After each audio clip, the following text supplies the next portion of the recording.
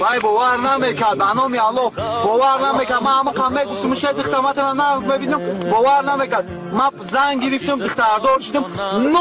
نامی همون دخترم نامی دختر چای خدمت ماندم گفتم پاسپورت دختر من روی کردم گفتم این من نمیتونم آمدم حالی هم باور نمیکنه ما چه خیلی فهمانیم همین دختر رو اگه پدن الله من رئیسی قیده دوست میدارم چه فهمانه شناز اکا های دختر هر شیء مقصد بعد همین ویدیو 20 دختر خطی گپ زدگیم یه روز گپ میزنه دلش فریب میکنه بلا قصر ما در میگیره نه محمد برای چی ترا میفهمم شناز گردی عاشق میفهمد نه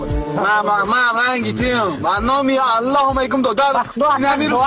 به ما گپ زدم نمی روز کوی نمی شب خواب بودم که نفورید در خواب خیزم ندون چی خواب دیدم بعد چند سال بخورده اچانم کدای میگم من در حقیقت دوست میدارم ما باید میگم تو اگر من را دوست میداشتی قسال در کجا بودی گرو چیز دیختم انا نمیشه گپ زد دادی ما اکا وقت دو نمی چند سال شده مشق میکردم اول عربی مشق میکردم روز خطی همو گپ زدم این میشه میشیدم آزی عریشی شنازم قابل بشده اکا مقصد چه بگم 25 بعد فکر دیگه هم مخرا بشیم و بولا 20 کیلو شدیم رفتیم نکی به الله میگفت تو گرین سرگره خوشبویی